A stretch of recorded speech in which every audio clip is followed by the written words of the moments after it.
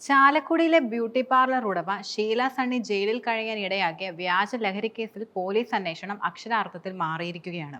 Excise ഉദ്യോഗസ്ഥരെ രക്ഷിക്കാനാണ് ഇതെന്ന ആരോപണം വളരെയധികം ശക്തമായിട്ടാണ് നിലനിൽക്കുന്നതും. മുഖ്യപ്രതി നാരായണദാസിനെ കണ്ടെത്താനും കഴിഞ്ഞിട്ടില്ല. ഷീല സണ്ണിയുടെ മകൻ സംഗീത് സണ്ണിയും മൊഴി നൽകിയിരുന്നില്ല. ഇയാളും നിലവിലിപ്പോൾ ഒളിവിലാണ്. അമ്മയെ മകനും മകന്റെ ഭാര്യ വീട്ടുകാരും കുടുക്കിയതെന്നത് ഇതിൽ നിന്നും വ്യക്തമായിട്ടുണ്ട്. സംഗീത് മുഖ്യപ്രതി നാരായണദാസിന്റെ സഹായിയായി കൂടെ ഉണ്ടായിരുന്നുവെന്നും അന്വേഷണ സംഘം സ്ഥിരീകരിച്ചു. ഇതിനപ്പുറത്തേക്ക് കേസിൽ വഴിത്തിരിവൊന്നും ഇതുവരെ ഉണ്ടായിട്ടുമില്ല. രണ്ടുപേരും ഒരു സ്ഥലത്ത് ഒളിവിലാണുള്ളത്. സംഭവത്തിൽ സംഗീതിന്റെ ഭാര്യയ്ക്കും പങ്കുണ്ടെന്നാണ് നിലനിൽക്കുന്ന സൂചനയും. പക്ഷേ ഇവരെ കേസിൽ പ്രതി ചേർക്കാൻ പോലീസ് ഒരുക്കമായിട്ടില്ല. ഷീല അറസ്റ്റിലായതിനു പിന്നാലെ തന്നെ വീട്ടിൽ നിന്ന് പോയ സംഗീതിനും ഭാര്യയ്ക്കും പിന്നീട് കുടുംബവുമായി അടുപ്പമൊന്നും ഉണ്ടായിരുന്നില്ല. ഈ സാഹചര്യത്തിനിടെ കേസിന്റെ ഒത്തുതീർപ്പിന് ശ്രമിച്ച് ഒരു പ്രാവശ്യം സംഗീത് ഷീലയെ വിളിക്കുകയും ചെയ്തിരുന്നു. ഷീല സണ്ണിയുടെ മകനെ മൊഴിയെടുക്കാനായി വിളിപ്പിച്ചിട്ടും ഹാജരാകാതെ ഒളിവിലാണെന്നാണ് പോലീസ് വെളിപ്പെടുത്തുന്നത്. നാരായണദാസിന് വേണ്ടി പോലീസ് കഴിഞ്ഞ ദിവസം ബാംഗ്ലൂരിലെ താമസ സ്ഥലത്ത് പരിശോധനയും നടത്തിയിരുന്നു. എന്നാൽ കണ്ടെത്താൻ കഴിഞ്ഞിരുന്നില്ല. 2022 തയ്യാറാക്കിയ വ്യാജ പാസ്പോർട്ട് മാത്രമായിരുന്നു പരിശോധനയിൽ കിട്ടിയിരുന്നത്. കഴിഞ്ഞ വർഷം ഫെബ്രുവരിയിലായിരുന്നു നാരായണദാസിന്റെ കേസിൽ പ്രതി ചേർത്തുകൊണ്ട് എക്സൈസ് ക്രൈംബ്രാഞ്ച് കുറ്റപത്രം നൽകിയിരുന്നത്. സംഗീത് സണ്ണിയെ കണ്ടെത്തേണ്ടതും വളരെയധികം ആവശ്യമായിരുന്നു. ഏപ്രിൽ 2-ന് ഹാജരാക്കണമെന്നാവശ്യപ്പെട്ട് പോലീസ് രണ്ടാമതും നോട്ടീസ് നൽകിയിരുന്നു.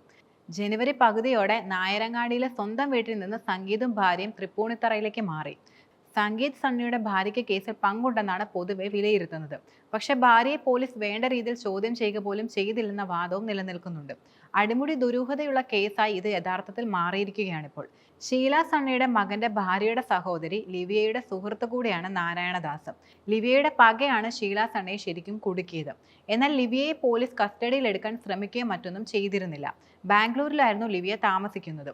നാരായണദാസിനും ബാംഗ്ലൂരിൽ ബിസിനസ് ബന്ധങ്ങൾ കാര്യമായിട്ടുണ്ട്.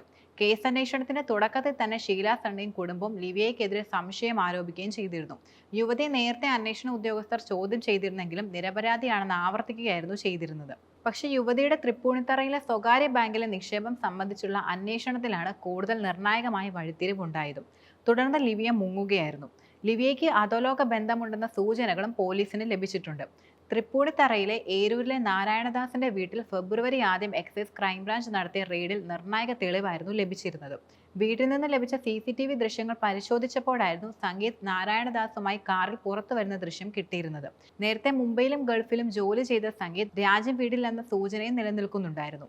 നിലവിൽ കേസിൽ പ്രതിയല്ലാത്തതിനാൽ യാത്ര മുൻകൂറായി തടയാൻ പോലീസിന് കഴിഞ്ഞിട്ടുമില്ല. സംഗീതിന്റെ മാറി നിൽക്കൽ കേസിനെ കൂടുതൽ ദുരൂഹമാക്കുന്നുണ്ട്. എക്സൈസ് ഉദ്യോഗസ്ഥരിൽ ചിലരും സംശയനിഴലിലാണ് ഉള്ളത്. അവരെ രക്ഷിക്കാനാണ് പ്രധാന പ്രതികളെ അടക്കം പിടിക്കാതെ വെറുതെ വിട്ടതെന്ന സംശയം വളരെയധികം സജീവമായിട്ടാണ് നിലനിൽക്കുന്നത്.